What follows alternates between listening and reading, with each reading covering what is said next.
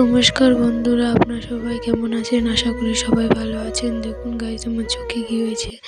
তারপরে আমি চলে এসেছি এখানে সয়াবিন রান্না করতে। সয়াবিনটা ভেজে নিলাম, এরপরে দিয়ে দিলাম তেল, তারপরে একটা শুকনো লঙ্কা, একটু তেজপাতা, তারপরে আলুটা দিয়ে ভালো করে ভেজে একটু ঢেকে নেড়ে নিলাম।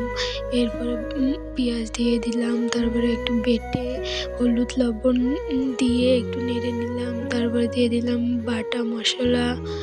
এরপরে একটু জল দিয়ে আস্তে আস্তে নাড়লাম। তারপর জল দিয়ে সয়াবিনটা ভালো করে ফুটিয়ে নিয়ে এখানে গরম মশলা দিয়ে দিলাম। এরপরে সয়াবিনটা নামিয়ে নিলাম। তারপরে আমি সন্ধেবেলা এখন যাচ্ছি দোকানে বাজার করতে। গাইস, এখানে আমার কাছে ছিল, তো আমি রাস্তায় আসছি। এখন দেখো, এখন যাব আমি দোকানে বাজার করতে।